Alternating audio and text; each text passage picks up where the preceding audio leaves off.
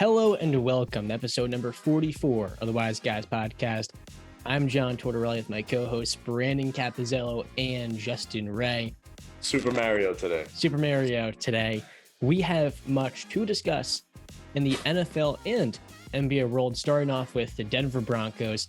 Is their season really over? The 2021 quarterback class and Zach Wilson's rough showing on Sunday. Trick or treat, basically, are sounding the alarm segment, but change for Halloween. Happy Halloween, fellas.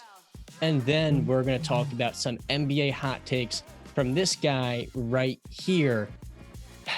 BCap, how are you feeling after that Sunday showing? I know you haven't had a lot of things go your way this year. It's been a rough NFL season in basically every layer, but I want to know what your initial reaction was to the Patriots versus Jets. Business as usual. What do you mean? Short and sweet. Business as usual. It's what we do. Beat up on the Jets. Yeah, I mean, did anybody expect anything else? In reality, I get the Jets were rolling a little bit, but Bill Belichick coming off of a loss and then going up against a quarterback like Zach Wilson, I think the writing was on the wall. This was kind of like a Sam Darnold seeing ghosts kind of showing that I was expecting. And not to say that it's because it's Halloween, but I actually mean it.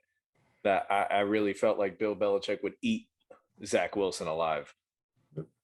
He did lose his number one weapon the week before and his number one lineman. So I kind of did expect it, but I think in Breece Hall plays, that could have been a different game.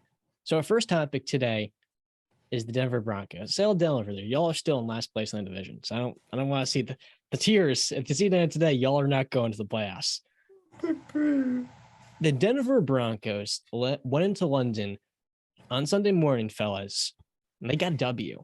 Their third win of the season after a first half, which was pretty bad. Offensively, Russell Wilson was not looking like himself.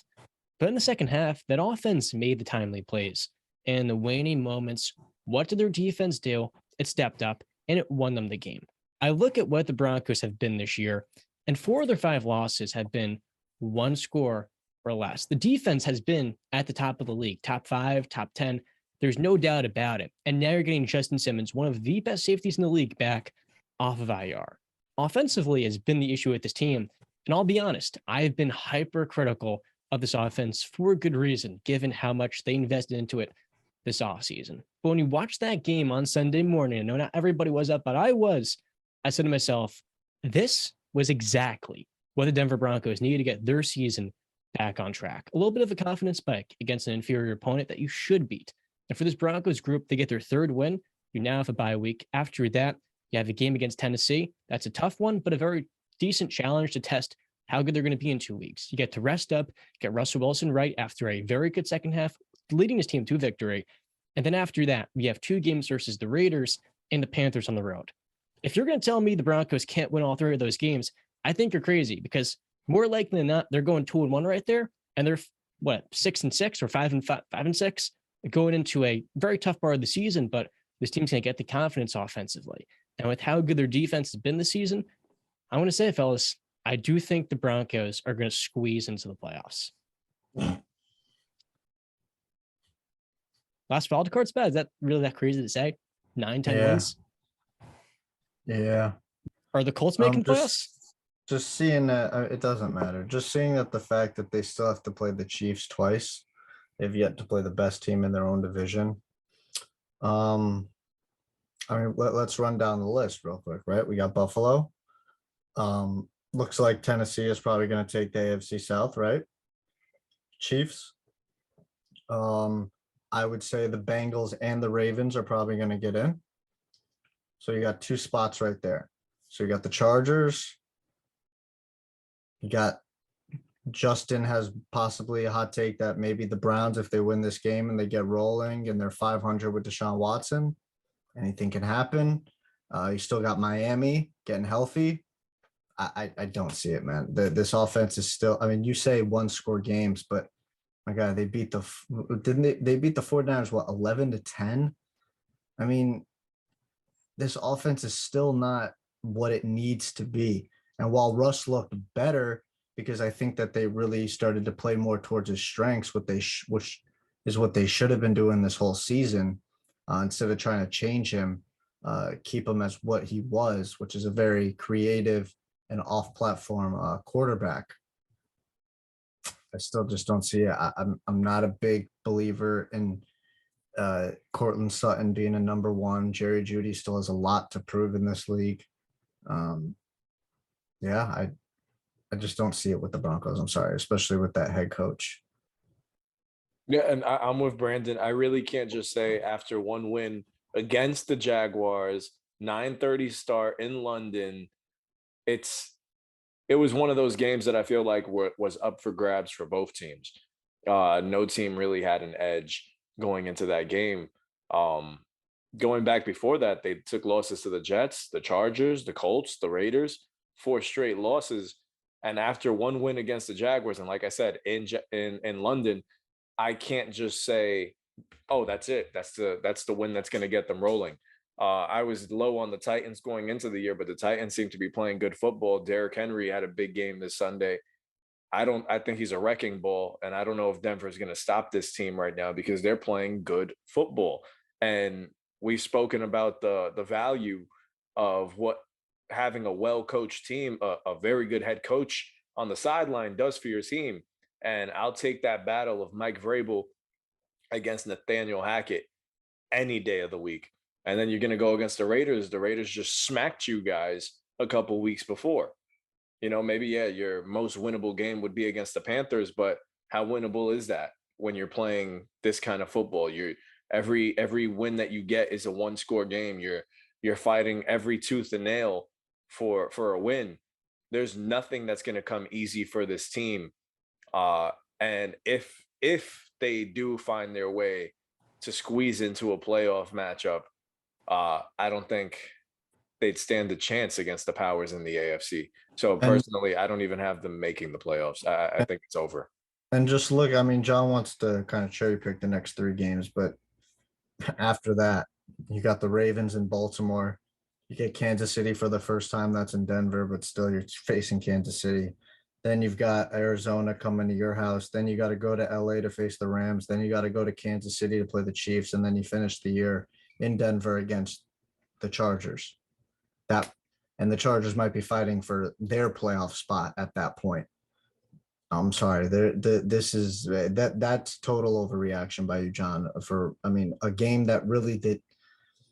Okay, you look good for a half, but they still haven't put it together. Like, this isn't like the Buccaneers, where if the Buccaneers get a win, I would be sitting here saying, okay, their confidence can get rolling, because one, that they have the greatest leader and the greatest winner and the greatest quarterback of all time in Tom Brady. They still have the talent that we all believe can get them to a deep playoff run. And Todd Bowles is a way better, even though he's struggling, is a way better head coach than Nathaniel Can't Hackett. Almost forgot his name there, which is, should tell the story. I don't see Nathaniel Hackett really lasting as the Denver Broncos head coach, though. I think maybe he can stay the year, but I even really wouldn't. I just think we've seen enough, to be honest with you. It's just not going to work. He's an OC, and he should stay as an OC. I think this has just been a super disaster of a season for Denver, period. I mean, when you lose Javonte Williams, one of the more exciting young players in the game that everybody had high hopes for, especially as fantasy football purposes too. You were stoked to have him on your team. But going into the season, you see that offense of what could be. It was a ton of what ifs, and there was so much potential on that side. And as much as we could bash Nathaniel Hackett, Russell hasn't performed either. Those receivers haven't stepped up for him either. While granted, Russell has missed some wide open guys. It's just been a total disaster for Denver this season. And I think they're looking forward to just hitting the fast forward button to the offseason to start fixing this mess, because this season is a nightmare. And even to jump off that, before the season even started, you lose Tim Patrick, who's the, third receiver there that Russell was probably looking forward to playing with as well, having 3 guys. All really, honestly, if we're going to be honest, number 2s and 3s on an offense, but you still have those guys out there. And a move that I still don't understand why they made is including Noah Font, whatever you Come want to on with call it this. in that trade. But what? Are we not going to talk about Greg Dulcich and what he's brought? The rookie tight end has had 3 strong weeks and completely opened up this offense to Russell Wilson. You guys haven't even mentioned up until this point. Look, you guys are such Debbie Downers. I look at this Broncos offense and say, with Dulcich coming in, Jerry Jeudy's skill set, What and are Russell you Wilson, smoking? What are you Russell Wilson has smoking? only taken a step up in this last week. I'm I know he the wasn't one there who against the was Jets. defending Russell Wilson for the first 8 weeks, 7 weeks, 6 weeks of this season while you were coming at me and attacking me for being an idiot. You were calling me. And now one game, they beat the Jacksonville Jaguars. Congratulations. I want to say something else, but congratulations. And you're going to over here and blow smoke up their ass like, oh my God, they just won the freaking Super Bowl. Calm the hell down. You won in England. You beat the Jaguars. Congratulations. But that doesn't, we shouldn't be busting down walls and saying, oh, put our money in for the Denver Broncos. Like, get out of here with that, man. Like, what? So are we going to say that this is going to change? I read you the games they still got to play this season. They're not making the playoffs. You tell me how they're getting through that schedule with the 500 record.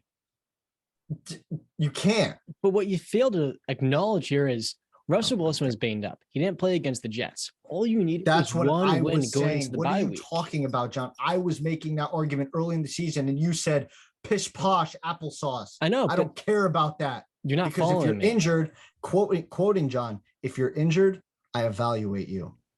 And now he gets a long week to rest up and heal. This Broncos offense has had to overcome a lot this year. You lose your left tackle, you lose your star young running back, and you lose your third receiver and your tight end that everyone was expecting to break out, did not break out. But at the end of the day, you can't count on a Hall of Fame quarterback with an elite defense.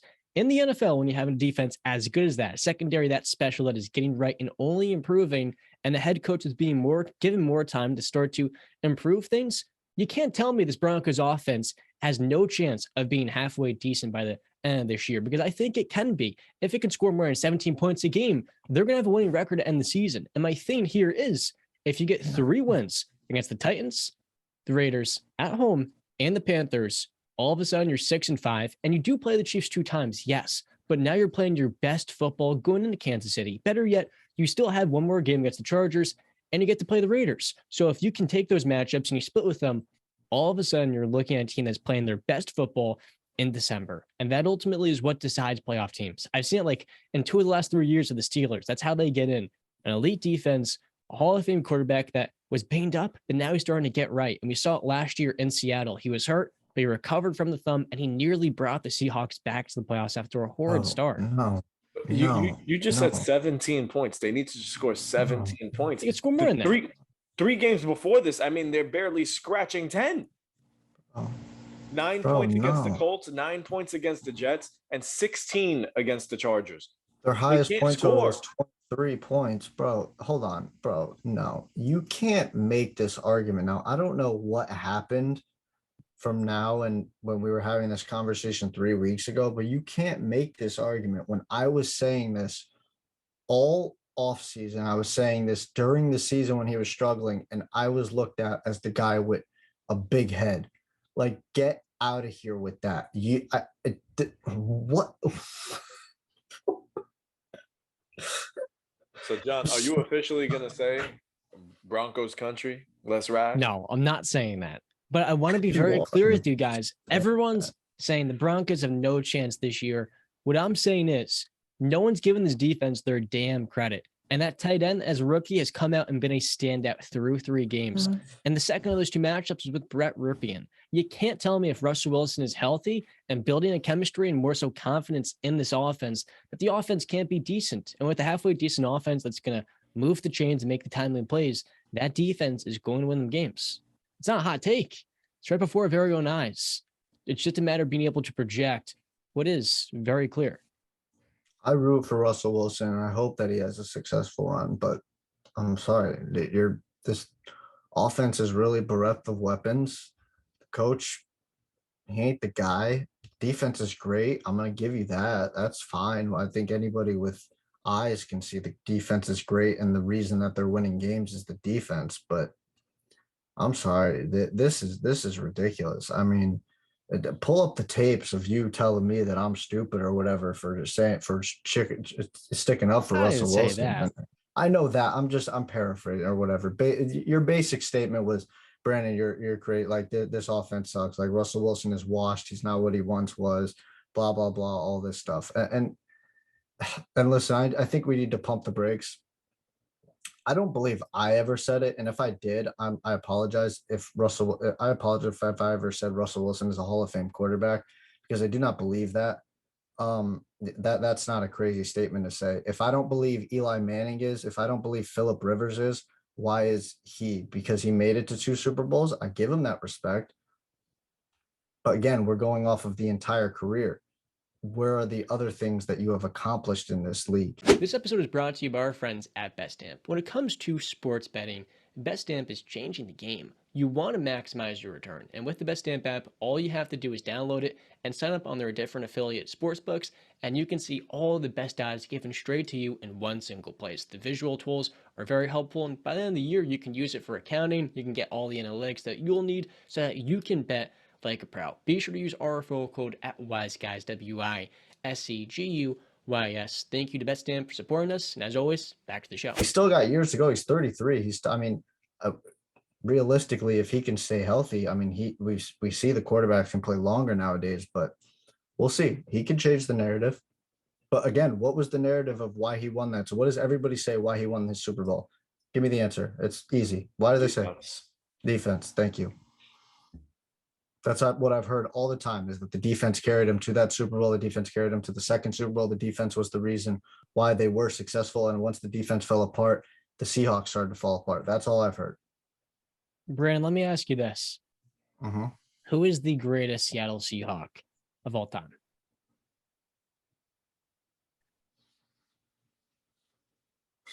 Oh God. No, he didn't play for Sean Alexander. Probably has got a case. Are you serious? Do you know Sean Alexander? Yes, I know, but he not have relative to Steve Largent and Bobby Russ. Wagner. It's Russ. Phenomenal. I mean, okay, Richard Sherman could have a case, right? Yeah, No. he's up there. I but don't think as the greatest Seahawk of all time. He's like top 5, top 7. There's an offensive lineman we're missing that's a Hall of Famer. I forget his name. I think he played in the 2000s. But yeah, no, I wouldn't be the one to be able to answer that because I don't know my Seattle Seahawks history like that. But I think it's crazy for you to just disregard a Sean Alexander or Richard Sherman. I think they're right. If you're saying the reason they won the Super Bowl and got to the Super Bowl is their defense, who was the best player on that defense? I mean, who was carrying to the playoffs in all those years, my friend, after the Super Bowl? Check this out. I think this should put that argument to rest. Outside of 2 Super Bowl appearances and a Super Bowl championship, he has a record of 104 and 53.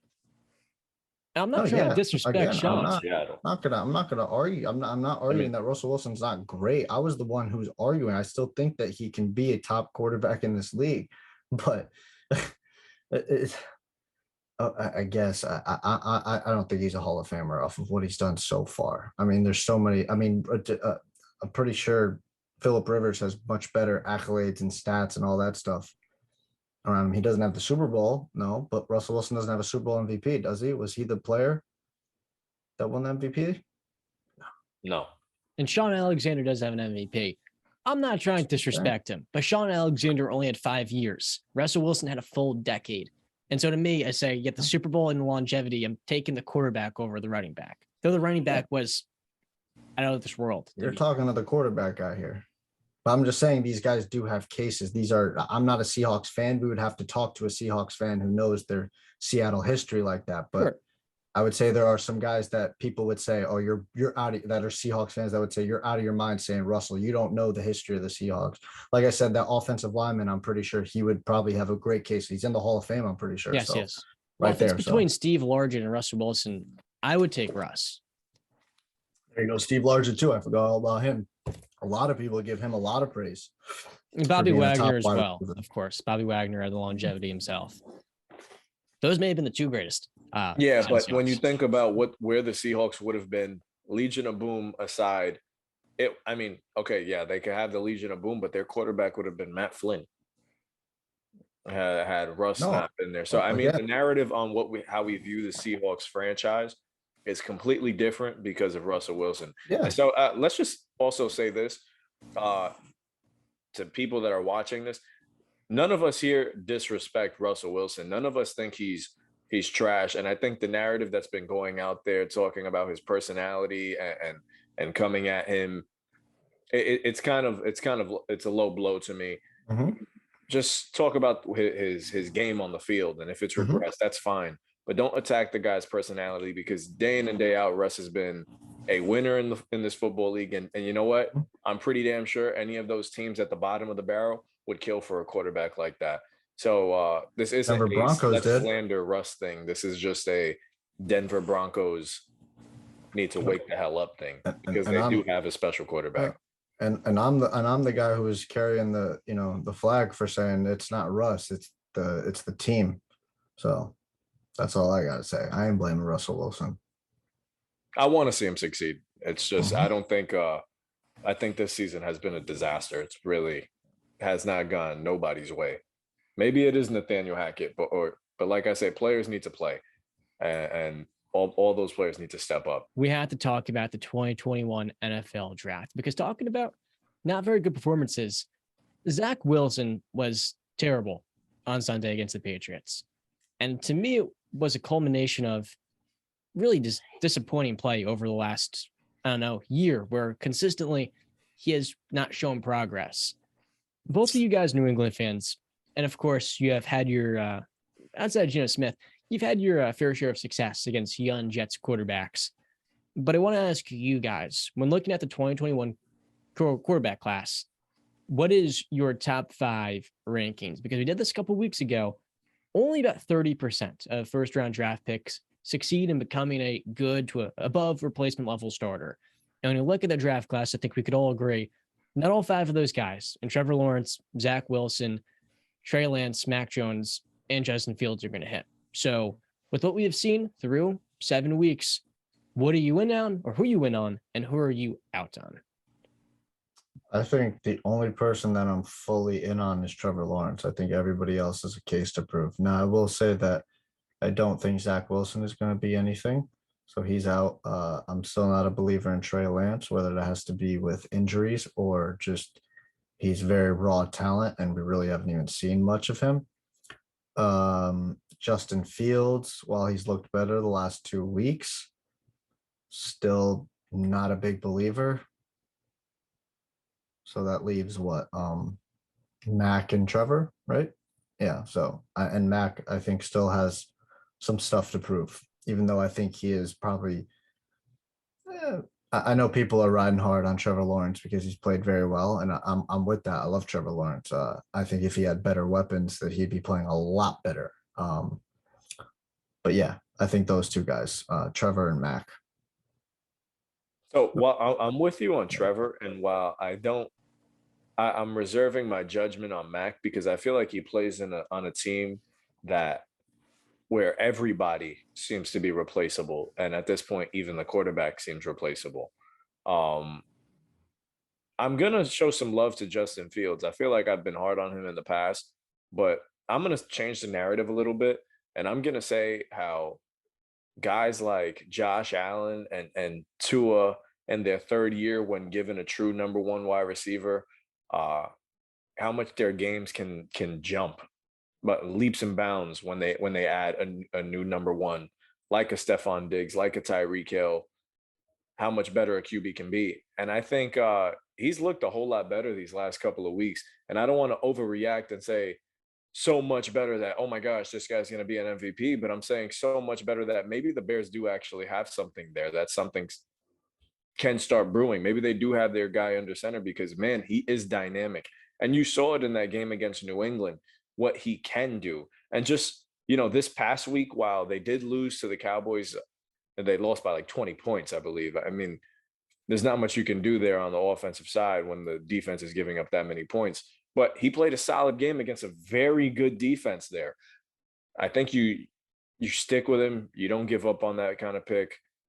With that kind of talent, you need to just continue to build around him. So I'm gonna say I think Justin Fields is legit. I'm still high on T-Law. I believe in what the Jaguars are doing. I think Doug Peterson is the perfect guy for him. So T-Law is legit.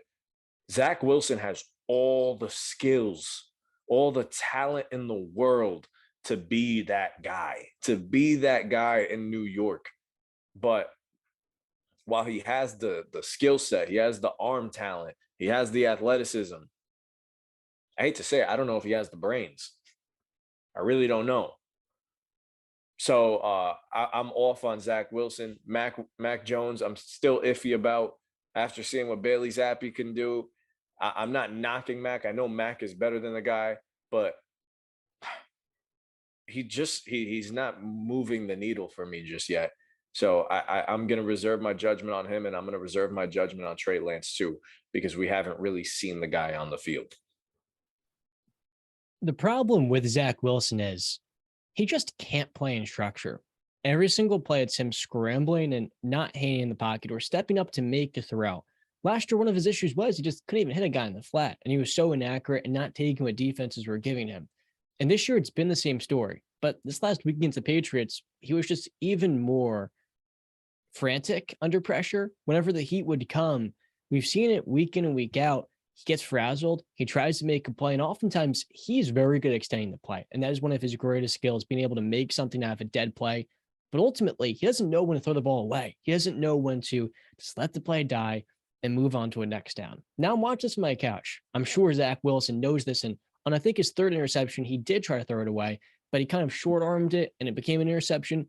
When I watch his game, he has the skill set. In fact, this year, he actually leads the NFL in yards per completion for what it's worth. He had a great second half versus the Steelers, and he won them that football game. But since that first game against the Steelers this year, he's been a train wreck. And I say, these next 5 weeks from the New York Jets are going to determine whether or not he is the guy moving forward. And now I'm not one to give up on a quarterback within 2 years, but typically we see these guys take those steps that are necessary by their second season. Josh Allen was a perfect example. It wasn't pretty to start, but by the end of it, he was pretty darn good.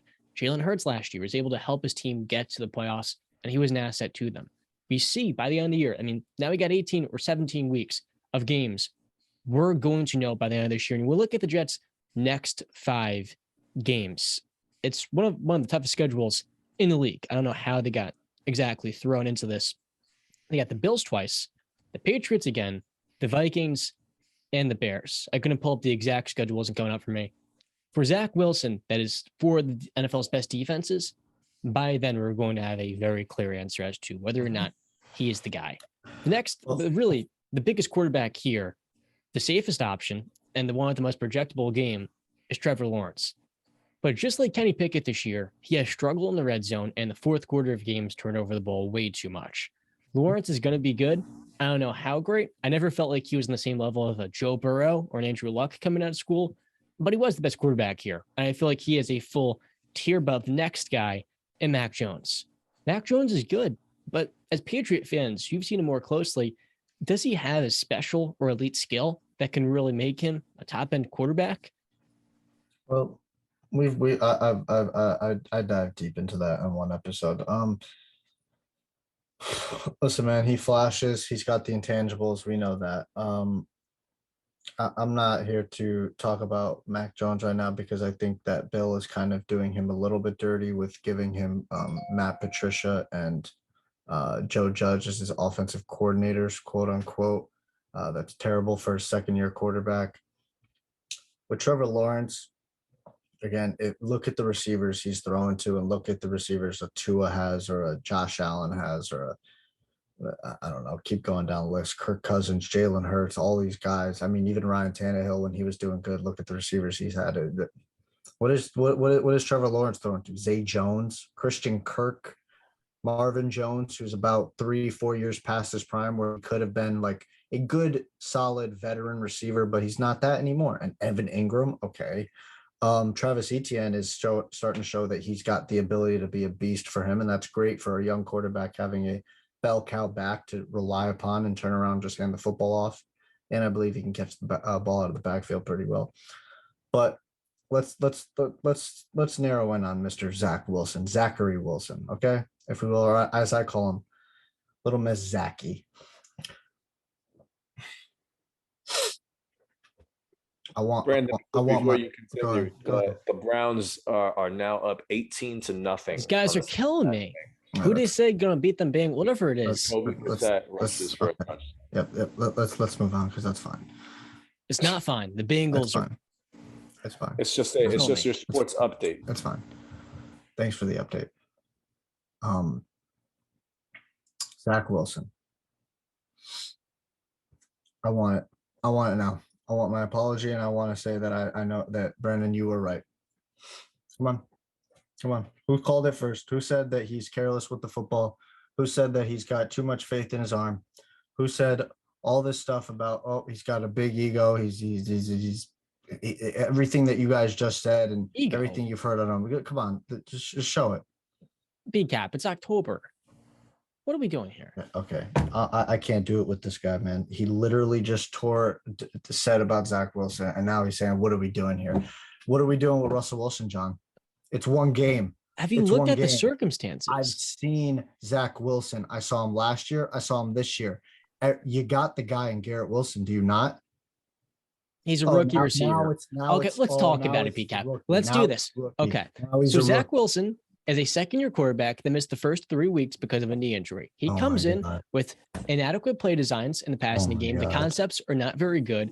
His number one receiver requested a trade 2 weeks ago. Garrett Wilson comes in, but he has been very inconsistent because he's a rookie coming in, and he's just not as good of a George Pickens. But then you look at the offense as a whole, you lose your best offensive lineman before the season even starts at offensive tackle. Then you lose your best offensive guard in an AVT. Two best offensive linemen out for the year. Your number one back, your best player on the offense, in Brees Hall, who they're building their identity around, tears his ACL, and more. So you now lost your best weapon. Your best receiver is a diva. Your receivers, as a whole, are below average. And the defense, for as great as it is not going to support him when, look, Zach Wilson is a project, Brandon. I'm not denying that. But he looks as bad as he does right now because this offense is very flawed. No, it's not. If he has Brees Hall, the Patriots lose on Sunday. No, because listen, you say that his receiver is a diva. He's a diva. And it's because he believes in his arm way too much. You saw it. None of those things, those problems that you just mentioned had anything to do with those interceptions he threw. Those were all on him being a complete and utter idiot as quarterback. If you're going to throw the ball away, why are you not just chucking it out of bounds? Why are you short arming it? On that pick, the second pick, I think it was, to Devin McCourty, what the hell did you see? What'd you see? You saw 4 white jerseys and you decided, I'm just going to throw it up. Sidearm it, throw my little beautiful pass. I'm Patrick Mahomes. I can get away with it. I'm Aaron Rodgers. I got the talent. Everybody says I've got the talent. Look at my arm. Look at it. What has it got you? What has he shown you that says this guy can be a really good quarterback in this league? Because all I've heard is, oh, he's got it now. And now I'm hearing, oh, the injuries are coming into play. I'm sorry. Does everybody have to deal with injuries? I'm sorry. Aren't you the one that talked about, Matthew Stafford and Tom Brady and all these things, but we're not giving them a pass, are we? Even though they are way more accomplished and on levels that Zach Wilson will never even breathe the same air as. All right, he's 23 years old. I don't give a crap how old he is. I'm evaluating him. I picked before the draft. I knew before the draft. I knew when he was drafted. I knew when he suited up as a New York Jet. I knew when he stepped on the field against the New England Patriots last year twice that this guy is not going to be the guy. I saw what I need to see. He's not. And for you what to is sit Zach there, Wilson? A bust, not special, nothing around it. I mean, what's his comparison? What's his player comp? He's so special. Look at his arm. Look at the arm. Look at it. Look at the weird angles he throws at. Look, oh my God, the flick. Look at it. Oh, he doesn't throw this way. I'm sorry. Who are the 3 greatest quarterbacks of all time? Usually, undeniably, who are the 3? Tom Brady, Peyton Manning, Joe Montana. Did any of those 3 throw the ball beautifully like that? Did they throw the weird arm angles? Did they do this? No, they went out there, played fundamental quarterback, and won the game. Well, what stat matters most? Wins. What's Zach Wilson's record this year? I'm sorry, did he not just play like absolute dog crap? Oh, he did. Is he I'm the just reason? acknowledging he's Is he the 4-1. reason? Is he the reason they're winning? No, not Okay, at all. then okay. But he then. did He's win them the more in game against the Steelers. I don't He care. I don't did. care. Won those I don't care. No, I don't care because the defense was the number one thing. Okay. He is like Brees Hall. He is like Jimmy Garoppolo right now, where he is not one of the main people you were mentioned when the Jets get a win. You'll mention it's basically a rookie quarterback. I don't care, John. We're evaluating them. We're going to evaluate Mac Jones the same way. Does Mac Jones not have a way to step on? He's coming from a high ankle sprain back in 2 weeks. He just got timeout. No, stop. Because you want to bring up the fact, oh, we make all the excuses for Zach Jones. Well, use the same excuses for Zach Wilson for Mac Jones. Use the same excuses. Who are his offensive coordinators? Matt Patricia and Joe Judge. Did they ever coach offense in their entire life as an NFL coach? No, they haven't. Who's his number one receiver? Jacoby Myers? Was Jacoby Myers wasn't he a quarterback in college, I think? Okay. Wait.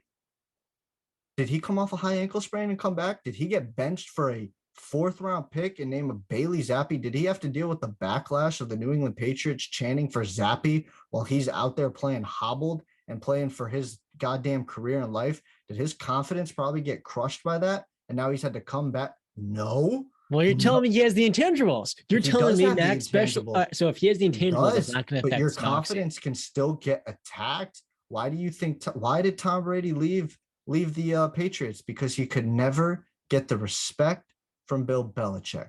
You can only take so much.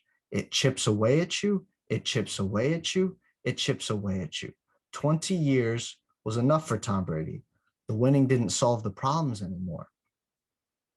Zach Wilson, I don't know what you're seeing. If it's this, look at me. Look at the sidearm, Justin. Look at it go. If it's that, okay, I give you congratulations. You could throw the ball funky. Are you going to win games? Are you going to play fundamental quarterback? Are you going to take what the defense gives you? Are you going to throw the ball away? Are you going to live to fight another down? Are you going to stop being so goddamn cocky in your arm that you are going to not cost your team the game? Because he single-handedly cost his team the game on Sunday, did he not? Yeah. Dan Orlovsky said it best. Said it beautifully. Today when he was like, there's a difference between confidence and ego. Ego and aggressive and carelessness. Yep. And he was just saying that Zach is careless with the football. Yep.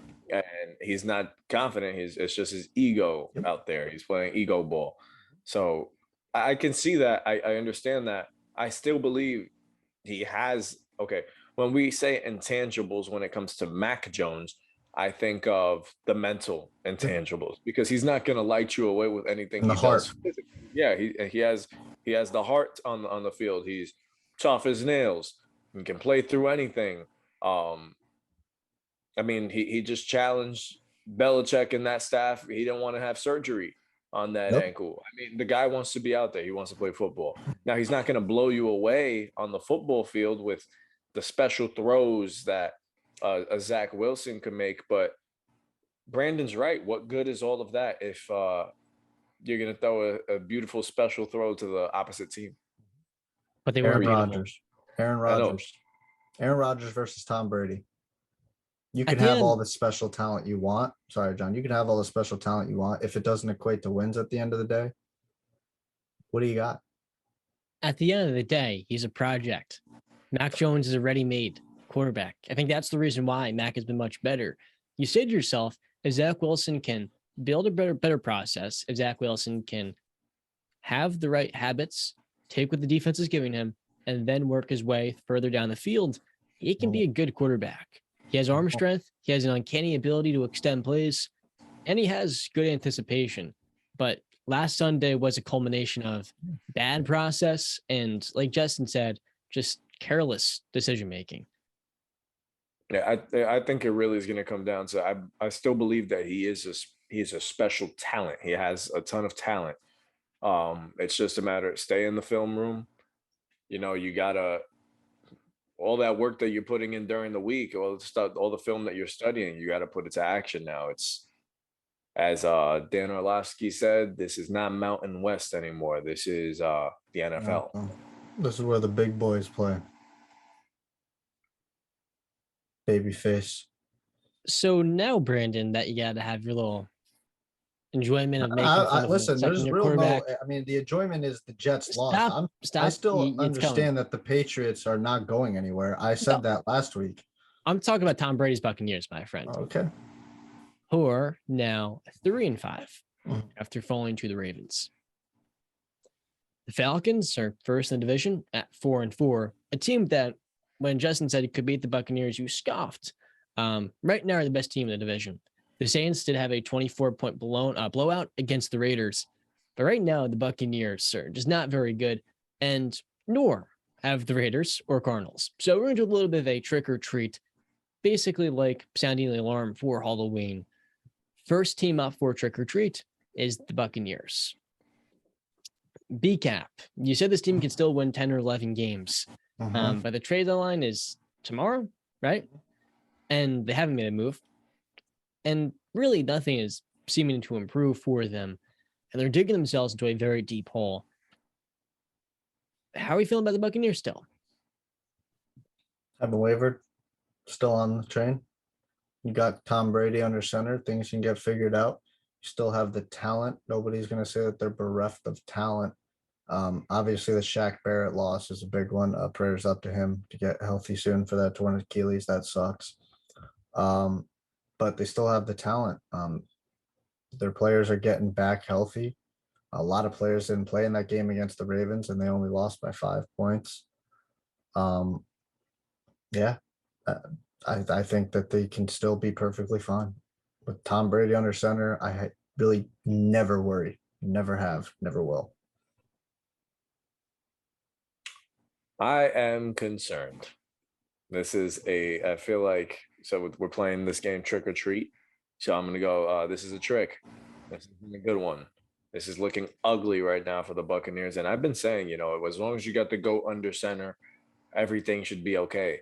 But is the GOAT okay? I'm not trying to bring in stuff family wise, but we know he's going through a lot of stuff too. The whole Buccaneers team doesn't look like they're clicking on all cylinders. The offense is struggling mightily. They got some tough ones now. They got the Rams next week. The Seahawks haven't been a walk in the park for anybody, nor have the Browns, and the Saints always give them fits. And then if I go further and further down, we're going to the 49ers and the Bengals. I'm not saying this team is going to miss the playoffs because I fully expect them to make it there. But this isn't looking like the Tampa Bay team that we've seen, the Tampa Bay offense specifically that we've seen the last 2 seasons. Tom Brady was throwing for close to 5,000 yards each season. I believe he threw for 5,000 yards in one of those 2.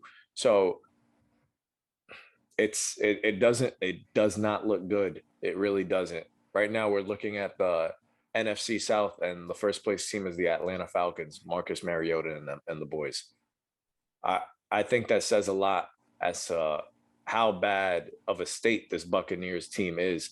And I don't want to go into the, panic mode, but 3-5 for a Tom Brady led team. There's a new head coach. Like I said, nothing seems to be clicking.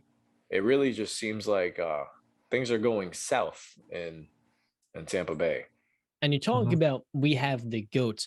This is obviously a trick because BCAP, you look back to Brady's last game as a Patriot in 2019 where he lost in the first round.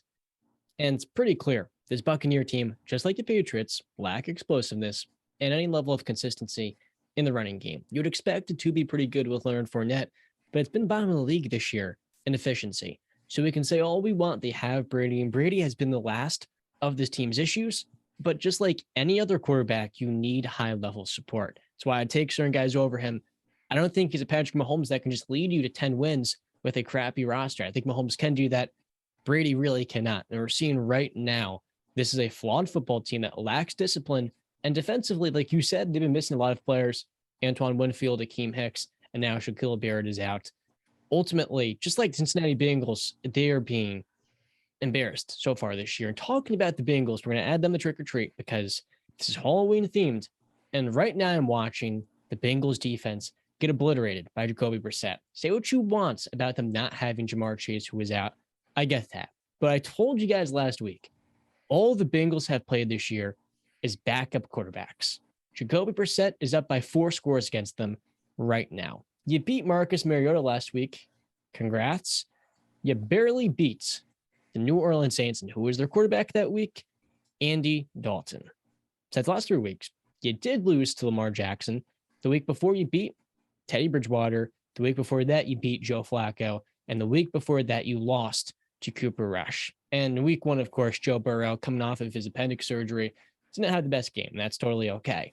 I look at this Bengals team and say to myself, just like the Rams, we have overrated them because of what they did last year. And right now, it doesn't help having no Chase, but this defense, I mean, it's tough to say that both the offense and the defense, given the coaching staff, is going to be clicking to go back on another playoff run.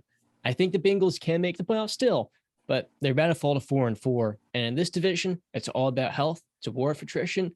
There is a real case the Bengals can miss the playoffs. And I'm going to say it, I think this team's been tricking y'all.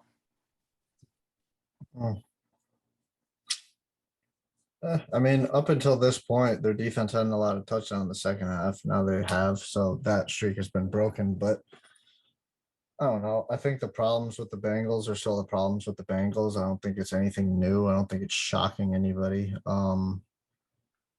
They're more of a team. It's very similar to the Buccaneers and the Rams, where they're not performing to the level that we thought.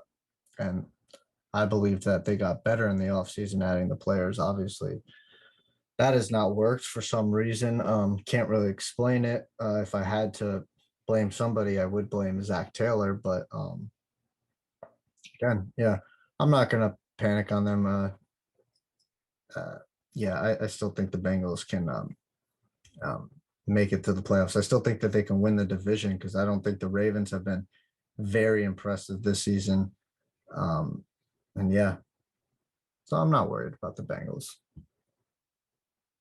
I think they're still a treat. Well, yes, I'm going to stick with my divisional pick of the Ravens winning the AFC North. I still believe the Cincinnati Bengals, their offense is so deadly, and we've seen what they can do in just a 1 quarter. They can light up the scoreboard on you, and next thing you know, you're down double figures and looking up. You know, you're playing catch up very quickly with this team. So I'm not going to hit the panic button on this squad yet. This is an ugly game right now, 25-zip at the moment. Nothing is clicking, and you would think with the talent that they have on their offense, even without Jamar Chase, that they'd be able to field a competitive game. But it goes to show you, I guess, just how valuable Jamar Chase is to this offense and Joe Burrow. But I'm not gonna panic. Like I said, I still believe this team will pick it up again. As I said before, Joe Burrow just had his best game of the season not too long ago. He went crazy against the Saints, went crazy against the Falcons. I think just one bump in the road is no big deal. I think they'll be right back on their high horse against Carolina next week. And I will just say that Joe Burrow is 0-3 against the against the Cleveland Browns in his career. So, I mean, that could just be a case where it's a divisional opponent. This is the team that he's going to struggle against. I mean, we know the AFC North rivalries are always going to be tough and gritty games. So that could just be the case for this game. So I'm not going to take that much stock into this game because of those reasons. Maybe I'm overreacting because DJ Reader's been out and Trey Hendrickson's been banged up playing through injury in this game. But I just feel like the Bengals, like the Ravens and the Steelers, are feeling the effects of being the favorite, and secondly, actually dealing with injuries when you have expectation as well. So the next team up, talked about the Buccaneers, and we dove into the Bengals. Ooh, it's the Raiders. Blown out by 24 against the New Orleans Saints in the game that I had them winning. And they were favorites. And, well, you can say the Raiders did not cover by any stretch. Derek Carr, the Raiders banked on as their franchise guy. And this offseason doubled down on Devontae Adams, Chandler Jones, and a team that could compete with the very best in the AFC West. And a lot of people felt they were underrated. This year, though, they've been banged up on offense, and really the only positive has been Josh Jacobs. That was it. And this last week against the Saints, nothing was clicking. It's pretty obvious this is a trick, but I want to ask you guys a more deep question. Have the Raiders shot themselves in the foot?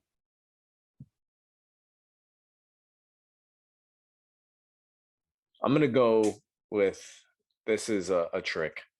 I've been trying my best. I've been flip flopping with these Raiders. I want them to win. I'm a fan of Josh McDaniels. I want the guy to succeed as a head coach.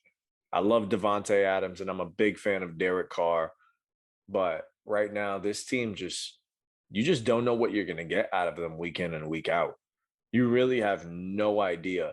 And prior to this week, they were playing games that were always tight, aside from the game against the Texans, that win, big win. They were losing some close ones, winning some close ones. They got smacked. The 24-0, can't even put up a damn point, can't even get a freaking field goal. When you got one of the best kickers in football, too, you can't even get him in field goal range.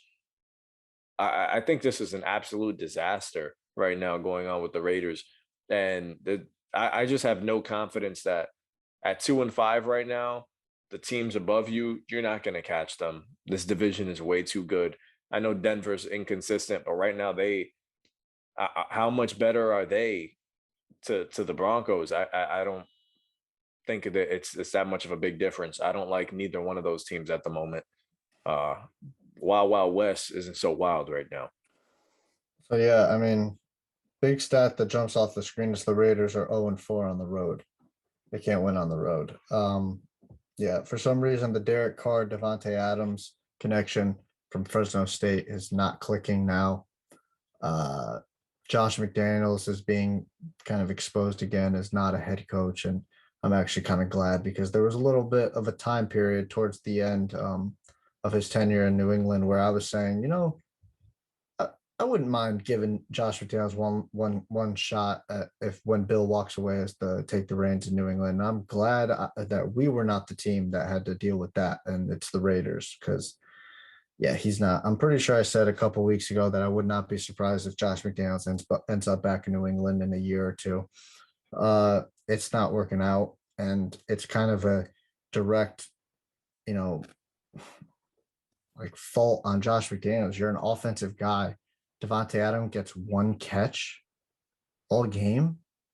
I mean, you can't even draw up a slant route or something, a screen pass, just get him involved. Like, this is ridiculous. I mean, you got Darren Waller out. He's one of the best tight ends in the league, but still, that means you got to feed and feature Josh Jacobs and Devontae Adams more.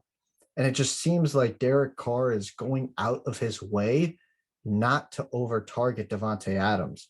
And I just don't understand why. Like, bro, like, you have one of the best receivers in the NFL, if not the best, and you're going to not even look at him. This team is falling apart. I mean, it started with the John Gruden last year, where they actually were kind of starting to make a little bit of strides. You know, you saw some promise with them with John Gruden. Then John Gruden, you know, shot himself in the foot for being a complete idiot. And then they kind of, you know, they battled back after all that adversity. I think they made it to the playoffs last year, right? So they battled through that adversity, but then, you know, you get Josh McDaniels, and I don't think it's a coincidence that they're not. You go out and get Devontae Adams, and they're failures. It's a trick. So sorry, Las Vegas Raiders fan. Even though I root for Las Vegas, because I've always rooted for a team to be in Las Vegas, like a football team, baseball team, basketball team, all that. I think Vegas is a huge market and should have a sports franchise in all the major sports, but it sucks. You gotta go to the stadium. Yeah, at least exactly. I was just about to say, at least the stadium's great. At least you got that. It sounds like an awesome experience, but the Raiders' issue was the fact you had Derek Carr, an absolute high point in his value, but you knew what Derek Carr was. They should have traded him right then and there, because his value would never be higher. He's not top 10 quarter. John Gruden knew exactly what he was. He wanted to move on from him. No matter what you think about John Gruden's, you know, emails and off the field stuff, on the field, the guy knows his sports and he knows quarterbacks. That was kind of his, you know, forte. And he never believed in Derek Carr. He wanted to move on. So he did a pretty good job pretending he did, if that's the case, because he always was very supportive of Carr. And I'm not looking to hate on him, but you watch this Raiders team now and say, number one, bad head coach. Number two, a top-heavy defense. Yeah, Max Crosby's like that one image where you've got like the Lamborghini and the rundown house. Yeah, him and Nate Hobbs, nothing else. And then offensively, Josh Jacobs, I'm happy for him to be balling the way he did after getting his fifth-year player option declined. But I mean, the Raiders, they're just too top heavy, not disciplined, not well coached, and this entire stack of cards is going to fall upside down. Last team, this is actually a really fun one. I like watching them. It's the Arizona Cardinals. When talking about entertainment and the production aspect, the Cardinals are a highlight reel nonstop. You get DeAndre Hopkins back, and he has been very much the same guy he was, a top 10 receiver since returning, that the Cardinals offense is going to go at all the time. And Kyler Murray, for what it's worth, is a great fantasy quarterback. He's a ton of fun. He's unique. But at the end of the day, you had the second highest paid quarterback in football and a roster built to win now. And the result for, a fourth year now, Kyler Murray, is underperformance. A 3-win team, last in the NFC West. And really, you're cementing yourself into purgatory with Kyler Murray. Just like the Raiders, not a good head coach. Cliff is probably better than McDaniels, but not by much. A GM who has done a very poor job drafting after getting Kyler, and just a roster that lacks leadership. The defense has had some moments from JJ Watt, who's been healthy, but it's a very flawed football team. And it seems like they're content with being flawed but exciting. It's very obviously a trick here, fellas. But is there a silver lining here at the Cardinals? Could they potentially make some move that could get them over the hump past just being a borderline playoff team? Like you mentioned, you said leadership. Leadership is a big thing. And if you're not getting it from that QB room, where are you getting it from? And are you getting it from your head coach? That's the big question. Who's the real leader there outside of JJ Watt? I think D-Hop leads by example. He goes out there and he shoves, but he's also was just suspended for the first 6 games. So I don't know where you're getting that from. I think this is a very talented group. I think Kyler Murray is super talented.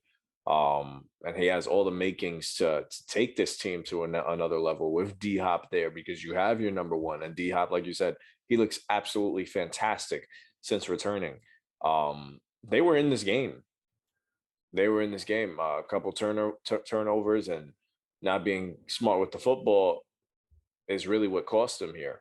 I think the real credit should just be, hey, Minnesota just keeps finding ways to win. But I'm going to say Arizona's a trick here. I think they have talent. I don't think they're good enough. And I've been saying that from the beginning. They're not good enough. I don't think Kyler Murray's ready to lead this team. I think he's looking forward to playing Call of Duty when he goes home, and he's okay with where this team is at. I don't see that, I'm not seeing fire, man. I'm really not. Yeah. One thing on that Call of Duty thing, one of my friends told me to bring this up, I think last episode, and I completely forgot. But I think he said he saw something online. I didn't really look it out, but he said he saw something where there's a pattern going on where if it's double XP week in Call of Duty, Kyler plays bad, and when it's not, he plays good. I don't know if that is real. If you want to, look that up for yourself, but if that is the case, then that's just kind of, it's laughable. Like Justin just reacted. It's laughable at this point. Yeah, the Cardinals ain't going nowhere. Cliff Kingsbury, I don't think he's the guy. I think he's either better suited as a OC or a college head coach. Should have never got the job in the first place, was not qualified to get the job. We should really mention that. There were so many more guys way more qualified to get the job than he did. Yeah, this team's not going to go anywhere. Sorry, Kyler Murray is he plays like a high school quarterback. So when you look at teams in the NFL and sports that are stuck in the middle, at each and every single point on the way to mediocrity, you have options. With the Raiders, they could have moved Derek Carr and rebuilt. They chose to try to win games. With the Cardinals, they could have fired Cliff Kingsbury at this last offseason, but they extended him. Meanwhile, there are guys in the market like Brian Dable, Mike McDaniel, and a few others. I would even take Matt Eberflus. I know he's not an offensive guy, but he has been really good in Chicago. He deserves his flowers for building a strong, really competitive team over there. And with the Cardinals, that was their biggest mistake. Now they can still fire Cliff, but who's going to replace him if you do? It's a massive missed opportunity. And the Kyler extension you had to do. But at the end of the day, you really put yourself in a compromising state where there's no way you could win this. No way. And now you'd be lucky to get off of Kyler because he's really good, but who wants to take on 260 or 160 million guaranteed? I would not want him as a Steelers quarterback, and that's in spite of what he can do and the way he limits you as well with his skill set because he has a couple of issues in this game. Last team is the one that beat the Cardinals this last week in the Minnesota Vikings. They're 6-1 to begin the season, finding ways to win. J-Rod, before you said Minnesota's a trick, I think you meant Arizona, but if you didn't, starting off with you, my friend, these Vikings keep finding ways to win. But is this team any different? Oh, you said me? My bad. But yeah, you're probably right. I said Minnesota was a trick. I thought I said Arizona. Okay, well, you know what I meant. You picked up on it. I think Minnesota's the treat, man. I think they're a treat. And I'm not going to fall into the Kirk Cousins primetime game thing. I'm going to put that to rest. I'm not even going to bother discussing it. And I'm just going to say the Vikings are just finding ways to win football games. And you got to respect it. You really just have to respect it. This defense was laughed at going into the year. We've said this is their weak point. Their defense has stepped up and made plays when they needed it most.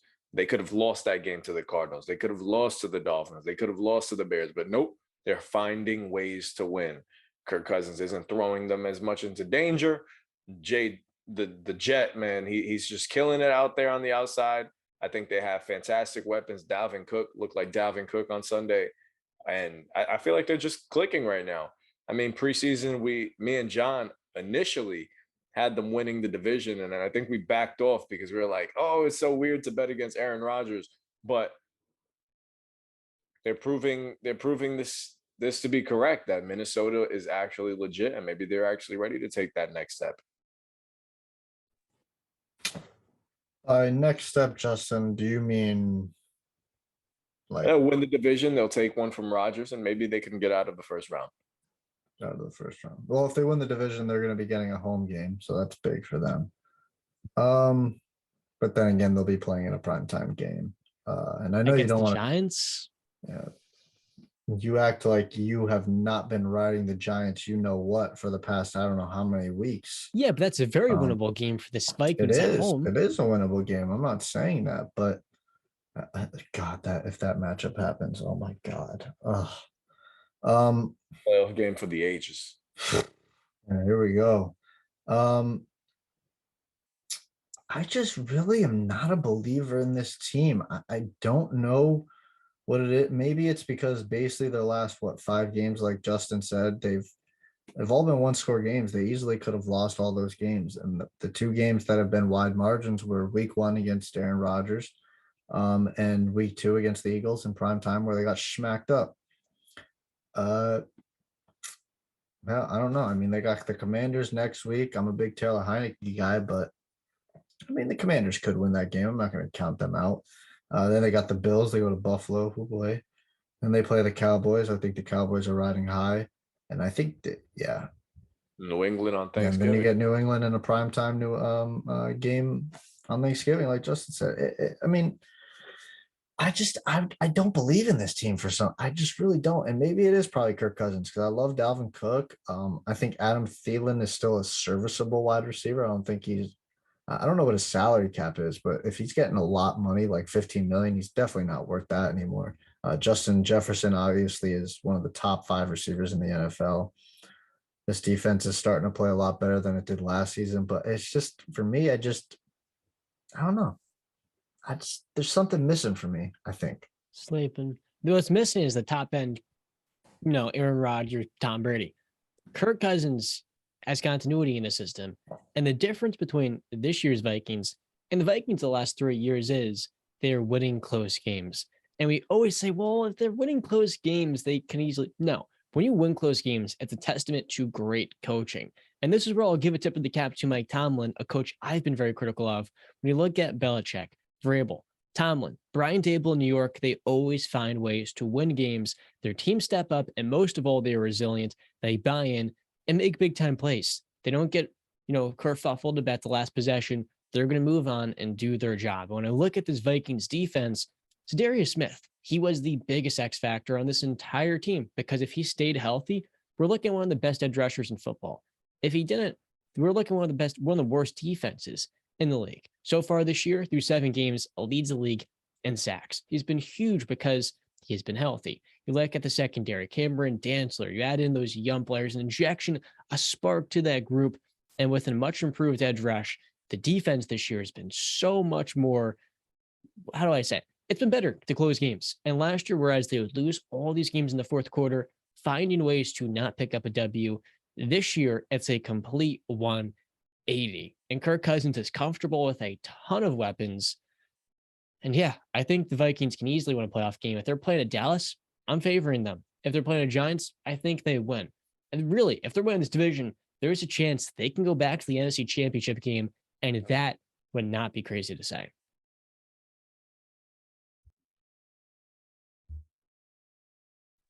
Nothing else to say. They definitely, you should definitely not favor them over Dallas. I don't know, but that's your prerogative, I guess. Score update. Nick Chubb found the end zone again. A lot to a little is the score. Yeah, 32 to. The most impressive one was the Amari Cooper catch where he outrun both freaking DBs. Like, oh my God. If only I didn't play Christian McCaffrey and Kyler Murray and DJ Moore in 1 week, I probably would win my fantasy matchup. Did DJ Moore lose a fantasy point for taking off his helmet when the game is still tied, or no? I wish he lost a couple. He has 29 in this thing. That is pretty good. BCAP, we have to kick it over to you. I believe you have a top 5 ranking for us in the NFL. Top five. Yes. All right. So we should start off from number 5, right? It's only right to build the suspension, unlike Justin did a couple weeks ago. So here's one of my confuffles where I'm having a problem with. Should I include a team that was on their bye week, or should I only include teams that have played the last week? Include the team on the bye week. Include the team on the bye week? Okay. So that was Kansas City, if anybody was wondering. Let's go. I'm gonna put Kansas City at number 5 right now. I think the defense needs some work. I think the offense is fine. You still got Patrick Mahomes. You still got Andy Reid. They just made a move for Kadarius Toney. I know a lot of people are high on it. I'm still got to see it to believe it. But if anybody can get something out of nothing, it's Patrick Mahomes. So I'll put the Kansas City Chiefs at number 5. At number 4.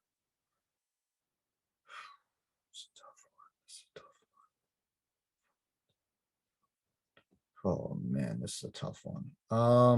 I went back and forth.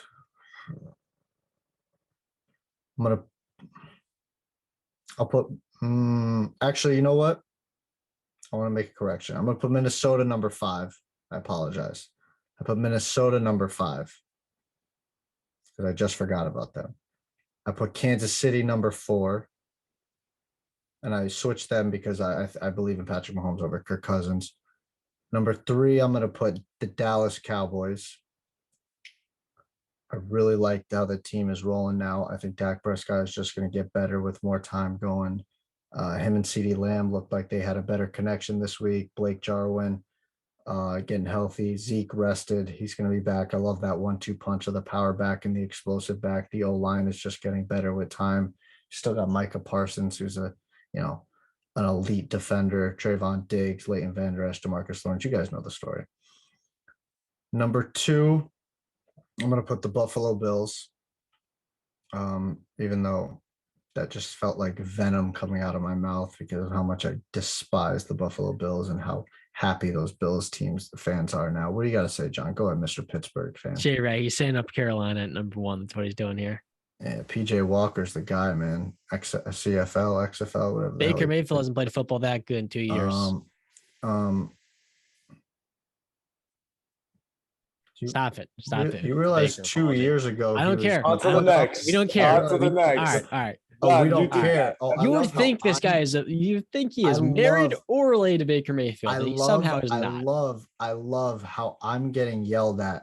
I didn't even bring Baker Mayfield's name up. That was John. And then he wants to criticize me. I didn't even say a word, but okay. And then the number one team is the undefeated team. It's the Philadelphia Eagles. I always believe if you're going to make a ranking, even if you don't believe that the Philadelphia Eagles are the best team, they're undefeated. They've got no losses, so you got to put Philly number one. That's my top five. My biggest gripe with your top five is you don't believe in Kirk Cousins. You don't believe in the Vikings that much. The 49ers should be in that top five, especially after that showing this past weekend. Oh, they're 4-4. Mamma mia. Super Mario has spoken. They're 4-4. And did you see what they look like with CMC completely in the fold? Busted. We know that they beat up on the Rams. That's the Rams, bro. That's your defending Super Bowl champion. Yes, and they did it last year. Swept. They just swept. They did and it last not year. only that, they looked scary. Jimmy G was playing great football. CMC dominating. George Kittle's back. He's healthy. He's playing great football. It's pretty easy to play great football when you got, playmakers everywhere to just throw the ball to. No, I'm not putting San Francisco number 5. They are 4-4, Justin. Who are you taking out? So you're taking Kansas City out of the top 5? Minnesota out of the top 5, and I'm not even hesitating. You're taking Minnesota, who's 6-1 right now. Who cares? If they were to go head to head, who are you going to pick in a pick? That's not what we're arguing right now. We're not arguing that. We're arguing who is the best team right now. Who's the better team? And the record says that they're 4-4. They've got losses that are terrible. They lost to the Broncos, my guy. Okay. Shit happens. But yeah, and it kept happening 4 times. They're 4-4. They're 500. You want me to put them in a top 5 list? Come on, man. All my teams 0, 1, 2, 2, 1. And you want me to put a 4-4 the thing is, team. with top 5s, it shouldn't just go to the team with the best records. Just because they have the best records doesn't necessarily make them the best teams. They've had favorable schedules. Maybe they've been healthy, as the 49ers have not been. The 49ers are healthy right now, and they just beat the brakes off of the former champions, which to me was one of the more dominating performances of the NFL season. That proved to me the 49ers are still a threat. They do that, though. They did it last year. They did it the year before. They do that to the Rams. Kyle Shanahan owns Sean McVay, except for that one playoff game. Okay, but I'm saying coming off of a loss like the one you had at home to the Chiefs, and then going on the road into LA, beating that team handedly while you turn that stadium into your own home field, which is awesome in itself. Like I said, the 49ers team looked like they were clicking. Justin, I wouldn't be surprised if they don't lose a single game for the rest of the season. They've got 3 losses to teams that are under 500. They lost to the Falcons, the Bears, and the Broncos. We talk. It's a football saying. Any given Sunday, it happens. Every team is beatable. This might be the most bipolar NFL season of all time that I've seen in a long time. Since when are we talking about the Jets and the Giants are both in playoff position? It's just an odd season. It's the consistency. Yeah, I'm not disagreeing with that, but it's the consistency. They've lost 4 times. I'm not putting a team that is 4-4 in the top 5. Are you putting the Titans into the top 5? Because they are running the ball at an insane level. No, because I'll take Kirk Cousins 10 times over Ryan Tannehill. Well, even if it's Malik Willis, they're still fine. Okay, or fine. Malik Willis. They beat the Texans. Okay, I shouldn't use. They beat the worst team in football. I shouldn't do that. Come on. I mean, I don't know. Justin's got an affinity for Jimmy G, but it's okay. I love the 49ers. Brandon, what stat matters the most? Winning. And they're 4-4. Jimmy G's working his way back off of offseason surgery. He literally didn't even have a playbook in the offseason. He's being integrated in. He's getting comfortable. No preseason reps. Took the guy some time to ramp up. And for as much as we hate Jimmy, he's going to win you games as well in the regular season. He's good enough to do so. I don't hate Jim. I don't hate anybody. You're an over-realist, I think. I think sometimes you're a little bit too critical of a guy that is more than capable of leading this team to like a number 1 seed. He's a serviceable starting quarterback. He's a game manager. That's it. Nothing more, nothing less. But he's like by far the perfect. In my eyes, he's almost the perfect game manager. Alex Smith is the perfect game manager. I think you disrespect Alex Smith every time you give him that label. I because don't. He changed franchises. No, he Game managers didn't. don't change. Yeah, look what he did to Kansas City. He made them a perennial playoff team, and he was about to do the same exact thing. Yeah, it wasn't in Andy Washington. Reid, Tyreek Hill, and Travis Kelce. But It who was Alex helped Smith. develop those tight Andy ends, the Reid. receivers? There Andy were years. Reid. I think you kind of forget, like many people, Alex Smith's first season, he did not have Tyreek Hill. They didn't have a receiver catching touchdown passes, and they're still winning games. Alex Smith is one of the most disrespected quarterbacks just because of his slow start in San Francisco. Jimmy G. I mean, I'm not disrespecting him. He's way better than I would take Alex Smith over Jimmy G any day. That's my top 5, and I'm sticking to it. All right. There's no changing. I'm not putting a 4-4 team, 500 team. That's not even first place in their goddamn division in the top 5. They will be. They will. Yeah, they will be. All right. Yeah, we know it. Seattle's gonna win it. No, I'm just joking with you. Seattle's gonna win it. I don't know. Geno Smith looking pretty damn good. Huh? Looks better than Jimmy Garoppolo. I agreed with the teams in your top 5. He does, Justin. Come on. He does. Geno Smith is looking a lot better. I mean, he is throwing beautiful passes. Okay, but we're also talking about a guy that had an off season. Come on, man. You didn't expect Geno Smith to do this. You're putting me in a position to discount Geno, which I'm not. Because I respect him a ton. I love what they're doing in Seattle. But realistically, we all know 49ers are much better than the Seattle Seahawks. Yeah, collectively as a team, 100%. But Geno Smith is playing better than Jimmy Garoppolo. Honestly, Jay Ray, I don't know how much of a gap there is between the Seahawks and the San Francisco 49ers because that Seahawk team is complete. That draft they had was the best in football. And it's crazy to say they weren't like the Jets or the Giants all the way at the very, very okay. They had like the top 10 pick, but still, you get the offensive lineman at each tackle spots, maybe the defensive rookie of the year and the offensive rookie of the year, and Kenneth Walker, and going off all those things, and a Drescher and Boye Mafe, they really might be on the same level as the Niners. Yeah, they play. And we should bring up the fact that the 49ers did smack the Seahawks by 20 points. 27-7. Yeah, I think the 49ers. But it will be a different game, Justin. You have to admit it will be a different game in December 15th in Seattle on Thursday night. It'll be a different game. Maybe so. That was week 2 of the season, so I kind of chalked it up a little bit to a fluke. I mean, the Seahawks had 25 rushing yards in the game, abandoning the run. I think they're a much better team now than what they were 6 weeks ago. Yeah. All right. But other than that, Brandon, yeah, the Chiefs, they're top 2. And honestly, they may not be 2. That's just my take on Kansas City. We got Drizzy Drake out here, yo, busting out bars, cuz.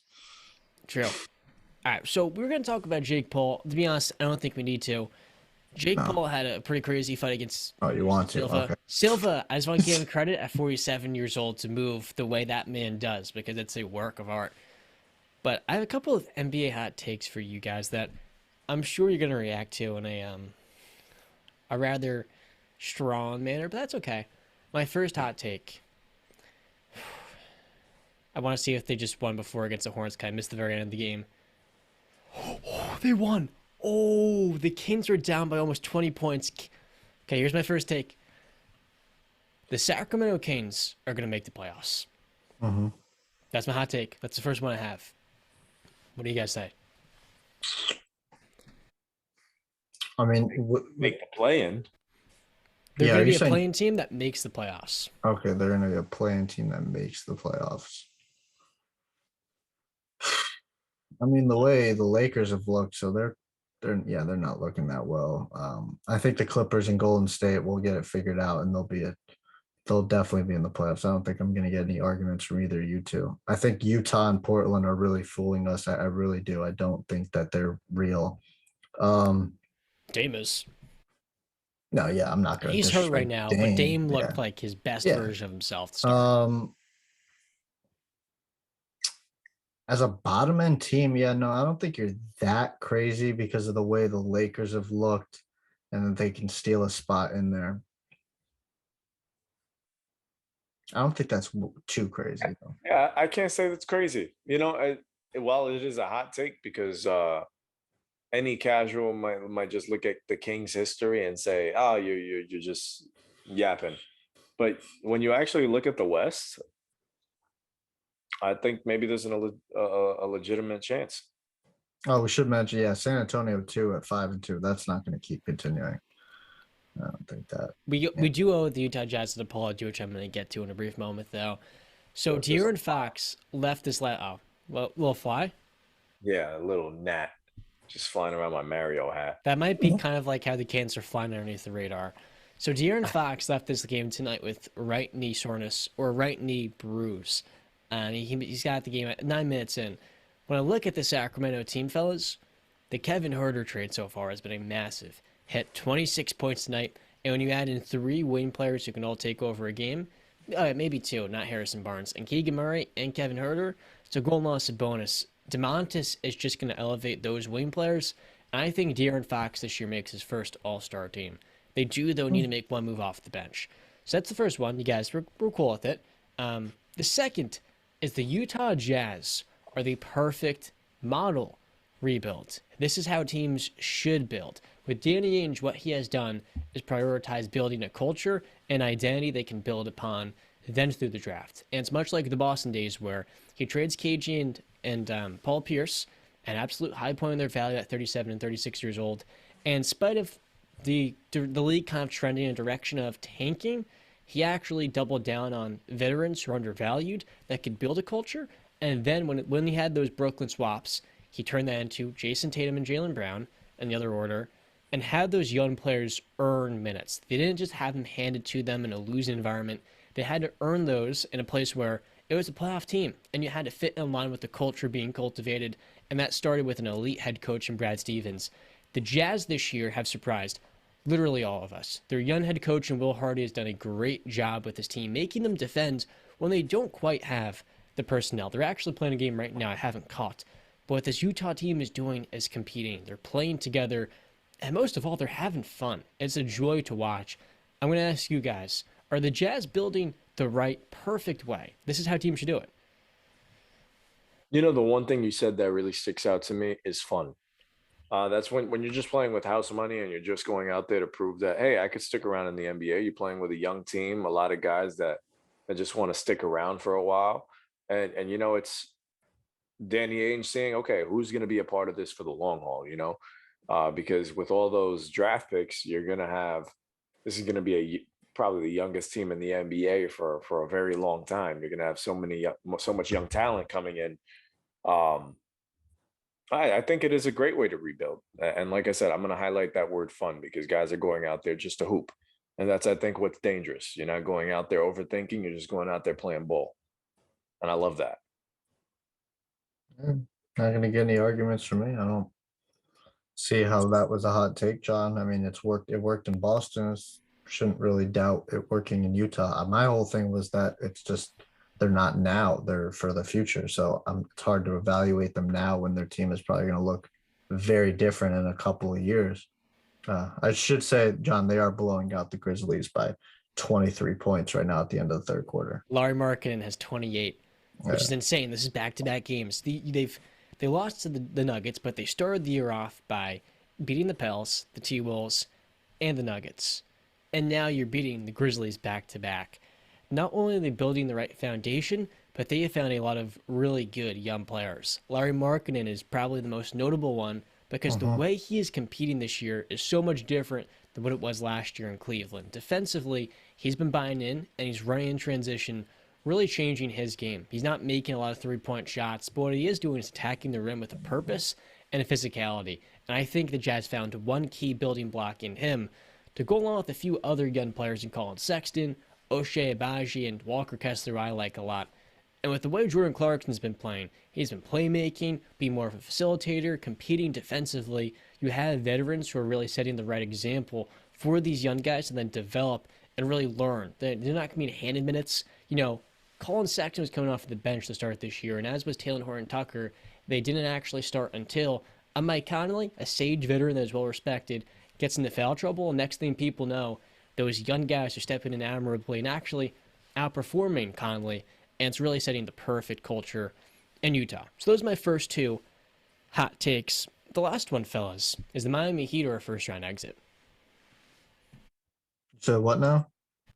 Your Miami Heat, B-Cap, or a first-round exit? Do you have a team that they're going to lose to in the first round? So what are you saying? They're going to be like a 7th or 8th seed and they're going to get bounced, or? I had them being as they were my 5 seed. Mhm. And initially my number 4 seed was the Cavaliers number 1, 76ers number 2. The Bucs and the Celtics are tied as my 3 and 4 seeds. So they're going to play one of those 2 teams. And honestly, that series could get ugly the way it did in 2021. So you have them being like a 6th or 7th, 8th seed then? I'm saying they're going to lose in a 4-5 matchup in like 5 or 6 games. Against like you said like a Cleveland. Milwaukee. Cavs are my Like number 1 seed. Milwaukee. Oh, okay. I mean, I guess, but no, I mean, it depends on the matchup. I mean, yeah, if they do face a Milwaukee or a Boston, that's going to be tough because those are the 2 real top dogs in the East right now. But if they face a Philadelphia or a Brooklyn or even a Cleveland, I have faith that we can beat them. And I don't know if this team is going to is what it is currently constructed by trade deadline time. So I can't make a full, concrete opinion on that. But no, it depends on matchup. I mean, obviously any team, it depends on the matchup, but yeah, I would favor them over more teams than I wouldn't. The only teams that I probably wouldn't favor them over is Milwaukee and Boston. And with this team that we have now, which is basically the same team that we had last year, and I know they added Brogdon, but we took them 7 games, so anything can happen. I believe in Jimmy Butler. I still think he's a top player in this league. Rough start to start the season, but again, it's the start of the season. I'm not too worried about it. So a 2-5 start where, guys, I hate to say it, but Kyle Lowry really does look like he's cooked. And he's had some personal issues, which I will acknowledge we don't know the details. But the Heat must make a move because they've already been passed up in the Eastern Conference. And there's one player that I really like for this team. The issue is he is kind of injury prone and has had a lot of knee issues. But when it comes to a bona fide prolific scorer that's going to give you 25 to 20 and 30 a game, it is Zach LaVine of the Chicago Bulls. No, stop right there. Nope. He's not the guy. Not going to work. Not going to happen. No, he's not. He's not a number 1 guy on the team. So no. Is Tyler Hero? No. Hero, I'm going to give him credit, has really tried more defensively. But, dude, he's been getting bullied still in some of these matchups. Whether it's a Keegan Murray or a Steph Curry, he's been getting cooked defensively. Zach LaVine is not the guy. Zach LaVine is not the guy. Is Bam the guy? You need somebody, and Zach is probably the most likely one in my eyes. No, because you're just trading for a guy that can give you, high prolific play, but he's not going to be that guy. So no. And no, Bam is not going to be that guy, but it's somebody else out there. It's not Zach LaVine. No. Is it because of the $215 million contract plus the injuries? Is that what really does it for you? I mean, that doesn't help, but it's just the fact that I just don't view Zach LaVine as a number 1 guy. That's getting paid $40 million.